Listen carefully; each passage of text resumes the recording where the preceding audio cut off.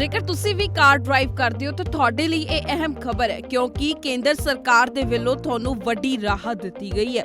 ਹਰ ਮਹੀਨੇ ਤੁਹਾਨੂੰ ਆਪਣਾ ਫਾਸਟੈਗ ਰਿਚਾਰਜ ਕਰਨਾ ਪੈਂਦਾ ਹੈ। ਕਈ ਵਾਰ ਤਾਂ ਅਜਿਹਾ ਵੀ ਹੋ ਜਾਂਦਾ ਹੈ ਕਿ ਤੁਸੀਂ ਗੱਡੀ ਡਰਾਈਵ ਕਰਦੇ ਹੋ, ਜਦੋਂ ਟੋਲ ਪਲਾਜ਼ਾ ਤੁਹਾਡੇ ਲਾਗੇ ਆ ਜਾਂਦਾ ਹੈ ਫਿਰ ਤੁਹਾਨੂੰ ਪਤਾ ਚੱਲਦਾ ਹੈ ਕਿ ਉਹ ਹਲੇ ਤਾਂ ਤੁਹਾਡਾ ਜਿਹੜਾ ਰਿਚਾਰਜ ਨਹੀਂ ਹੋਇਆ। ਪਰ ਹੁਣ ਦੱਸ ਦਈਏ ਕਿ ਤੁਹਾਨੂੰ ਵੱਡੀ ਰਾਹਤ ਮਿਲੀ ਹੈ। ਦੱਸ ਦਈਏ ਫਾਸਟੈਗ ਨੂੰ ਲੈ ਕੇ ਕੇਂਦਰ ਸਰਕਾਰ ਦੇ ਵੱਲੋਂ ਵੱਡਾ ਐਲਾਨ ਕੀਤਾ ਗਿਆ। ਭਾਰਤ ਸਰਕਾਰ ਨੇ ਆਮ ਲੋਕਾਂ ਲਈ ਸੜਕੀ ਯਾਤਰਾ ਨੂੰ ਆਸਾਨ, ਸਸਤਾ ਅਤੇ ਸੁਵਿਧਾਜਨਕ ਬਣਾਉਣ ਦੇ ਲਈ ਇੱਕ ਨਵੀਂ ਟੋਲ ਨੀਤੀ ਲਿਆਉਣ ਦਾ ਫੈਸਲਾ ਕੀਤਾ ਹੈ। ਇਸ ਨੀਤੀ ਵਿੱਚ ਖਾਸ ਤੌਰ ਦੇ ਉੱਤੇ ਉਹਨਾਂ ਲੋਕਾਂ ਨੂੰ ਲਾਭਦਾਇਕ ਹੋਵੇਗੀ ਜੋ ਰਾਸ਼ਟਰੀ ਮਾਰਗ, ਐਕਸਪ੍ਰੈਸਵੇ ਜਾਂ ਰਾਜਮਾਰਗਾਂ ਉੱਤੇ ਰੋਜ਼ਾਨਾ ਜਾਂ ਫਿਰ ਅਕਸਰ ਯਾਤਰਾ ਕਰਦੇ ਨੇ।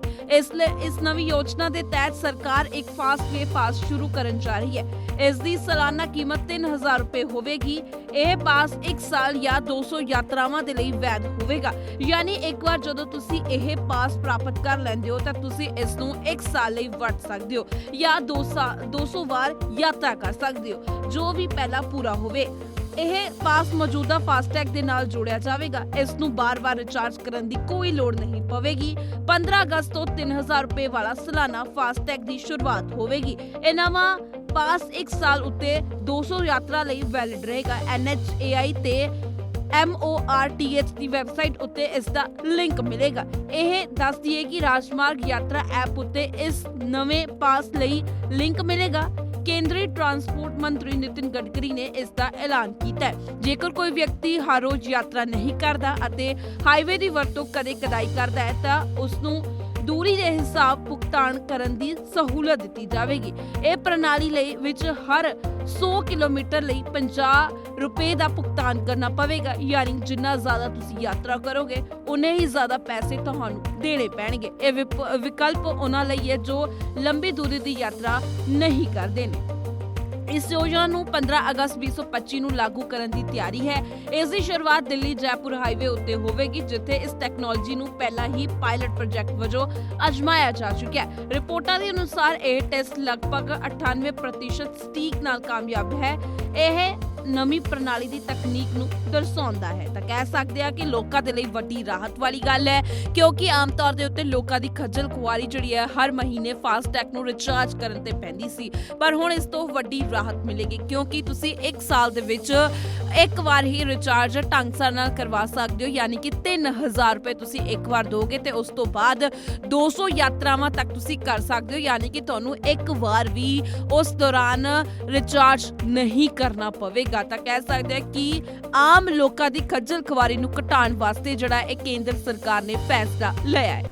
पिछले अनेक दिनों से लोगों की टोल के बारे में काफ़ी तकरार थी। सरकार ने जो निर्णय किया है वो बहुत बड़े प्रमाण पर जनता को राहत देने वाला है, जिसमें 3000 रुपये में जो पास है साल भर का, उसकी अगर टोल पे किया जाएगा तो उसकी कीमत कम से कम 10,000 से ज़्यादा रुपए का टोल देना पड़ता था, वो केवल 3000 रुपये में होगा। और ये जो वैलिडिटी है 1 साल में 200 ट्रिप वो क्रॉस कर सकते हैं। इसके साथ साथ एक ट्रिप मीन्स एक टोल को क्रॉस करना।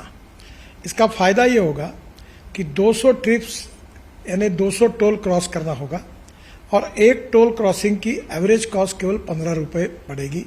कुछ जगह पर ये 80 रुपये है, 50 रुपये है, 100 रुपये है, तो ये केवल 15 रुपये हो जाएगी। और मान लीजिए एक टोल पर आप 50 रुपये भी देते हो तो 200 टोल क्रॉस करने पर उसकी कीमत 10,000 होगी।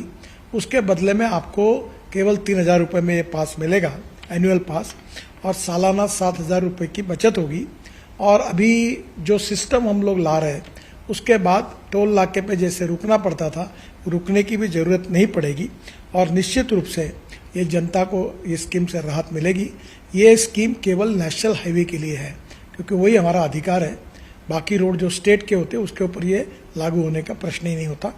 मैं फिर से एक बार आपको ये विश्वास दिलाता हूँ कि इससे काफ़ी बड़ी राहत मिलेगी और 15 अगस्त से ये स्कीम पूरे भारत भर शुरू होगी और जिसमें निश्चित रूप से आपकी जो तकलीफ थी वो कम होगी।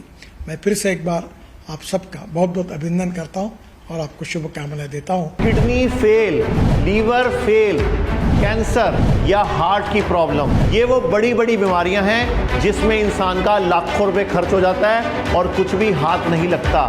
तो आयुर्वेद को अपनाओ, बीमारी की जड़ पर काम करो। 73504 73504